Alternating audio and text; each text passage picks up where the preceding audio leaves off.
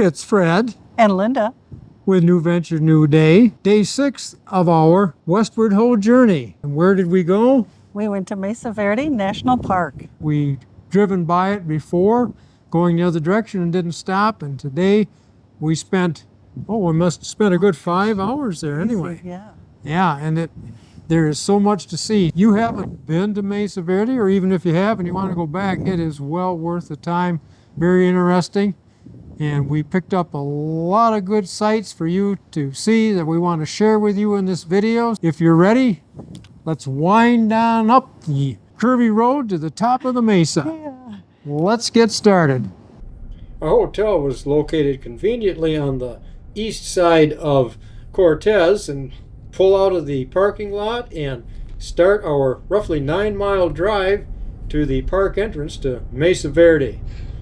And on this day, it was a beautiful morning. Drive along the scenic highway, looking at the mesa off in the distance and the hills until we get to the park entrance. There's an off-ramp, very convenient to pull into the park. And when we got there, it was fairly early in the morning, so there wasn't a lot of other traffic to deal with. That's something you learn going to these parks, is you try to get there early in the day before everybody else arrives. As you pull in, you approach a roundabout, and there is the sign for Mesa Verde. Usually a lot of people stop at those signs to get their picture taken, so if you want to do that, you gotta time it.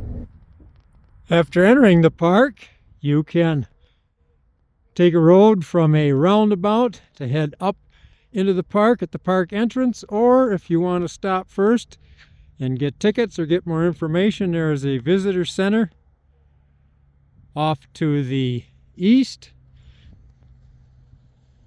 And at the park entrance, when you start driving up, you have about a 22-mile drive on switchbacks and windy roads, big elevation change heading up to the mesa. And you need to allow somewhat over an hour to get to the cliff dwelling, for example, if you want to take the tour. So you need to bear that in mind.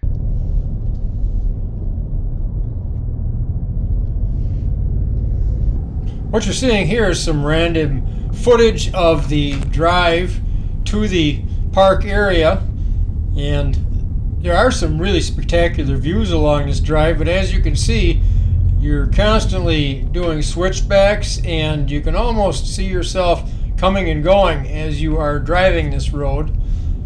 Typical of a lot of the roads in a lot of the parks and in this part of the United States, you end up doing a lot of driving through tunnels and around sharp curves and meeting a lot of traffic on 2-lane roads. So you need to be patient, and it's always interesting to see people negotiating this with travel trailers and bigger vehicles. But again, that's just part of being out west, and the views are typically spectacular and make it worth your while.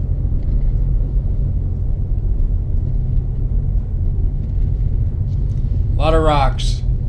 You just never run out of rocks. And after what amounts to about a 22-mile drive from the entrance of the park up here to the cliff dwelling gathering area, we have arrived. We are parked and waiting to gather for the instructional session before the tour, which takes about 15 minutes, and then the tour will start, which is a hiking tour of the area. There is ample parking for cars and RVs. And in this early season, a lot of the facilities are closed down. For instance, the drinking water is still not turned on. It's a little bit cool. It was almost down to freezing up here last night.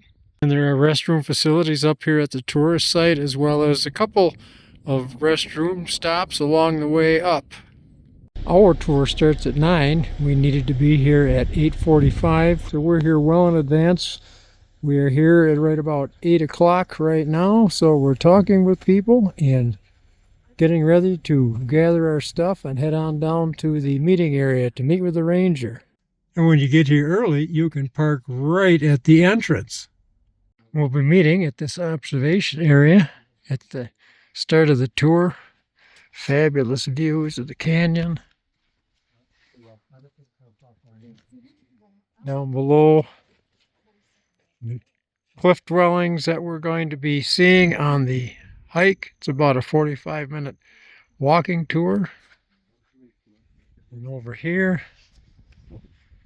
beautiful view with the morning sun on it. Someone was gracious enough to take our picture to prove that we were both actually there. And even more dwellings tucked away up in the rocks.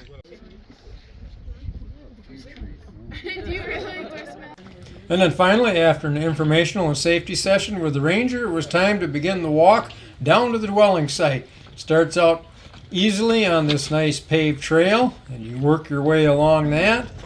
Then you start encountering ladders, so you got to be able to climb ladders. Not be afraid to walk on some narrow ledges, even though they are paved and pretty safe looking.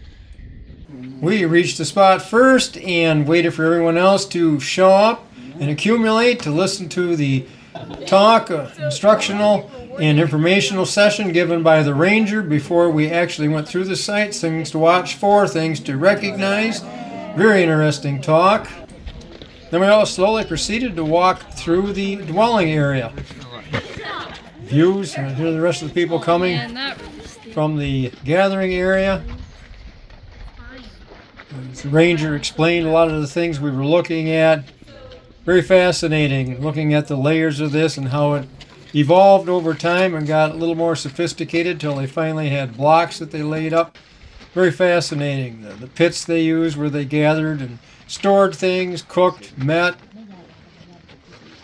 In some cases, archaeologists can only guess what they used a lot of these areas for, or don't really understand all of their rituals. Some of the information is being gathered from some of the Native American people still living in the area from things that were passed down to them.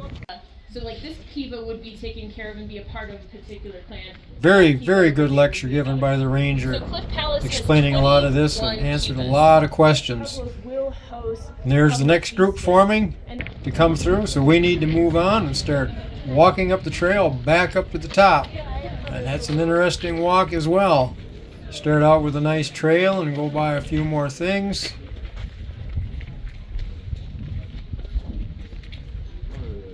Steps, paved trail. Then it gets a little more interesting going through the cracks in the rocks.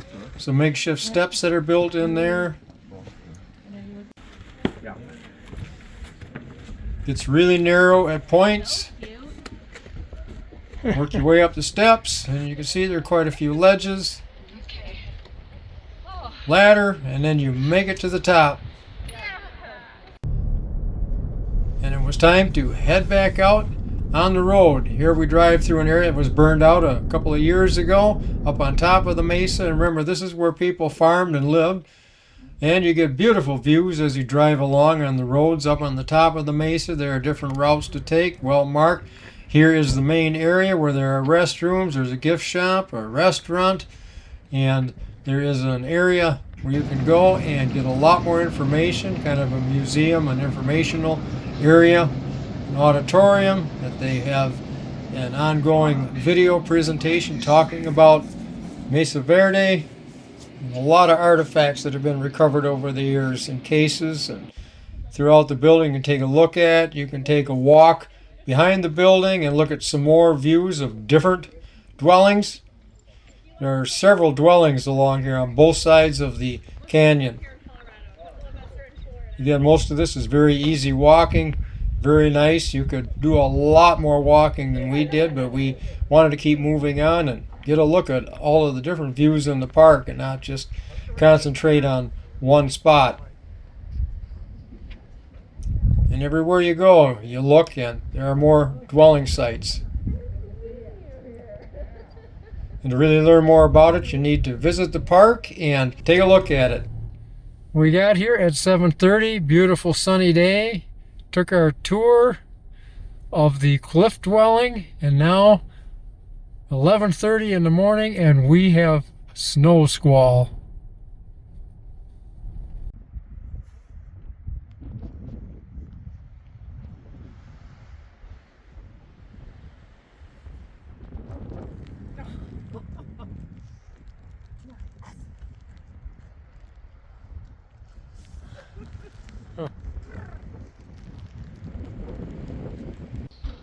Fortunately, there are many areas along the route where you can pull off and they are covered. They don't necessarily have sides down, but you can take a look at all the various archaeological work that's been done. Things are explained well with signs at each site telling you about the pits that they used again to store things and meat and live in. And this evolved more and more over time. Some lived on the top, some lived along the sides of the cliffs like we saw in the earlier part of this video. It's very fascinating to see how they all lived and did things over time.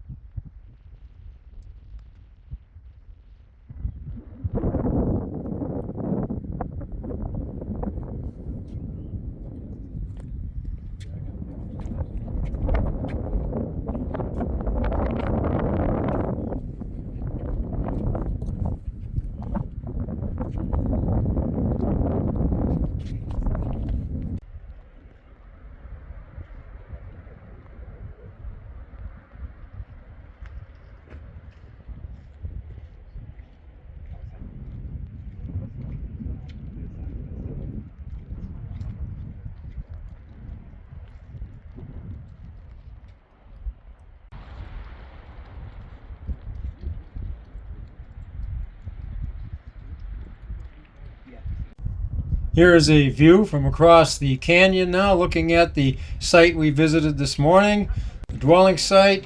There's another group in the afternoon about to head down into the canyon. You can see from this perspective the climb down. It's quite a lengthy climb. Take some steps to begin with and wind your way down through the rocks, weave around. You can see the group over here making your way towards the ladder we looked at earlier. Preparing to climb up to do the final little jog over to the gathering area.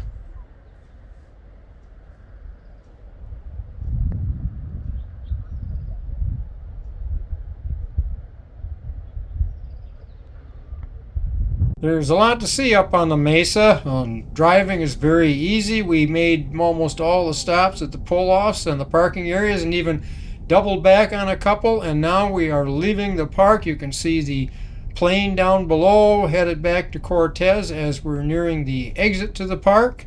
It was a wonderful day. The weather was a little variable. It's sometimes a challenge this time of the year, but we enjoyed every minute of it. And now we are back at the hotel, a beautiful evening, and get ready to head out the next day for our next destination. That wraps up our day 6 tour of Mesa Verde National Park, and you've heard me say a lot about my impressions of the park as we went through it and describe a lot of the things. What were your impressions of Mesa Verde? Oh, I really enjoyed it. It was very interesting. I really enjoyed the ranger-led tour that we went on of the cliff dwellings. They were great. Oh, yeah. Anytime you can take advantage of one of those in a national park, I would definitely do it. You learn all sorts of things. That's right. And they're always open to tell you things because that's what they do. They love to talk about it. Right. Definitely. Well, we've got Mesa Verde under our belts, and I would recommend stopping there. And there's a lot to see, and that was one of our early stops on our Westward Ho journey. And in our next video, our Day 7 video, be sure and stay tuned for that because we're going to make our way to Moab, and the highlight of that journey is going to be a stop at Four Corners. Yes, finally. They're open. Yeah, a stop at Four Corners. So please consider staying tuned in for that. Watch for that video, and the best way to watch for that video is to like this one and consider subscribing to our channel as we cover Day 7 and the remaining days of our 25-day Westward Ho adventure. So thank you for watching this video, and if you're planning on traveling, enjoy your travels and take care.